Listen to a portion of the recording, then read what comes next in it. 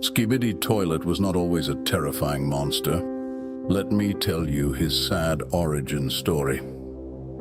Once, in a small provincial town, lived a cheerful plumber named Stephen SKIBIDI. He was very kind and responsive, not only to his large family, but also at work. Customers greatly appreciated Stephen for his diligence and dedication. He never left a job unfinished and always saw things through, even when faced with challenging tasks. One evening, after Stephen had finished taking orders and gone for a festive dinner with his family, the phone rang at their house.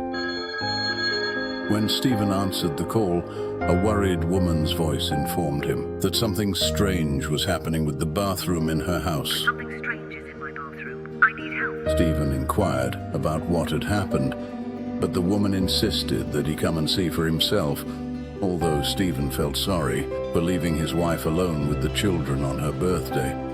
His conscience compelled him to leave home and go to the specified address. Something told Stephen that the woman was in big trouble.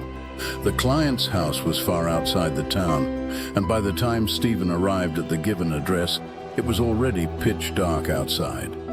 The woman's house turned out to be a huge mansion, surrounded by a dark garden. When Stephen approached the door, it opened by itself, and he entered. The house seemed empty and slightly eerie. No one was inside, and the electricity was not working. Only the moonlight illuminated the spacious rooms. There was a note on the table by the entrance. Stephen read, Go upstairs. The bathroom is straight down the corridor. Although it all seemed peculiar, he followed the instructions and started climbing the creaky stairs. When he reached the second floor, he suddenly caught a fleeting movement out of the corner of his eye. It was as if something white moved down the corridor. Stephen went in that direction and found the door to the bathroom. As soon as he touched it, it swung open, and a torrent of water gushed out from the flooded room. Stephen barely managed to stay on his feet.